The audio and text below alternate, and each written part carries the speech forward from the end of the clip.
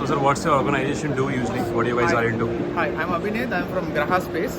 We are into near real-time video processing for satellites, images, and basically, if you have a satellite passing through a place, you can able to take a sequence of images, and with which we can able to do a lot of analytics.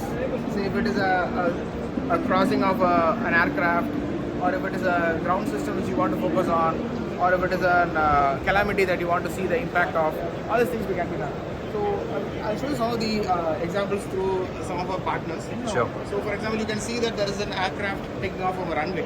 Yes, I can see that. So with which we can able to build a confidence value of what the particular timeline of that trajectory of that aircraft is, as well as we can see what all things we can able to relate to when it comes to interfacing with the air traffic control or the comm systems for having the in-space internet. All these things we can able to see, and we can able to build a lot of intelligence with the AI models, which we can able to say how much is the point at which it's moving.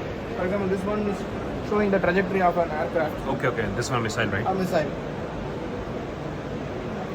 Okay, this is have taken from the satellite only. Yeah, this is a sequence of images. Okay. So, You have combined that. We have combined that, and this is a very large ratio. So like a 500-600 kilometer ratio of images, which we have cropped, and we have made a sequence of images into a video, which we will train our AI models to have analytics on the point. And the applications are very wide. We can have it for military surveillance, we can have it for marine intelligence, mining industries, so many things. That's great. Very great job. So this is a mock-up model of our constellation, which is coming up in 2025 and 2026. In 2 years, you're planning to just. 3 years from now. So this is our technical demonstration is coming up in the Jan of 2025. Okay.